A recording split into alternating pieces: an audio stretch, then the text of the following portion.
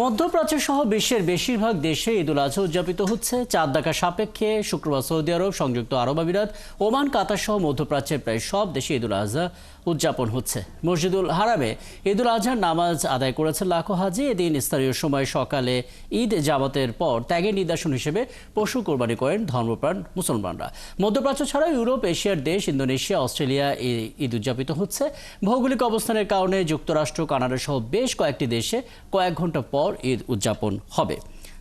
Saudi আরবে ঈদ উদযাপনের আরও খবর জানাতে যুক্ত হচ্ছেন আমাদের সঙ্গে সেখান থেকে আব্দুল্লাল মামুন।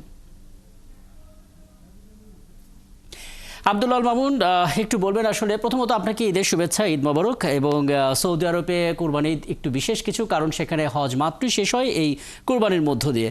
কাজে এই আয়োজনটা কেমন চলছে, বিশেষ করে সেখানে কত লাখ বাংলাদেশি আছে, তারাই বা কিভাবে উদযাপন করছে ঈদের দিনটা একটু বলবেন আব্দুল। জি, ধন্যবাদ রাকিব হাসান। আপনাকে ঈদ মুবারক। আসলে আপনি জানেন মুসলিম উম্মার তীর্থস্থান হচ্ছে সৌদি আরব।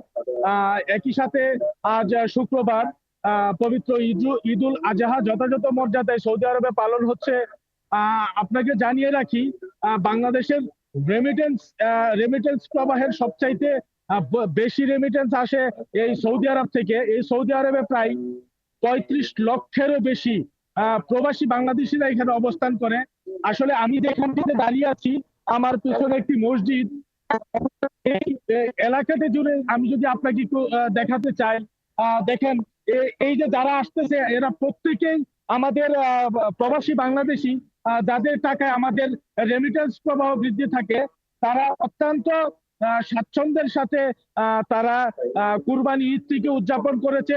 বরাবরের মতো সৌদি আরবের সময় ৫টা ৪৫ মিনিটে ঈদের জামাত শেষে তারা যার যার গন্তব্যে ফিরে গিয়ে তাদের পছন্দের যে পশুটি রয়েছে, কেউ উট এবং কেউ গরু এবং দুম্বা সহ নানান পশু তারা কুরবানি দিয়ে থাকে।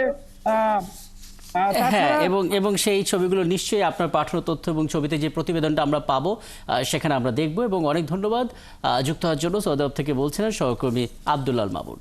অনেক ধন্যবাদ ফারজানা। নিশ্চয়ই পরবর্তীতে আবারও আপনার সঙ্গে কথা হবে নতুন কোনো টার্মিনাল নিয়ে, এবং আপডেট তো আমরা দর্শকদেরকে জানিয়ে দিতে পারবো আপনার মাধ্যমে। সহকর্মী ফারজানা আক্তার আমাদের সঙ্গে যুক্ত হয়েছিলেন মহাখালী বাস টার্মিনাল থেকে।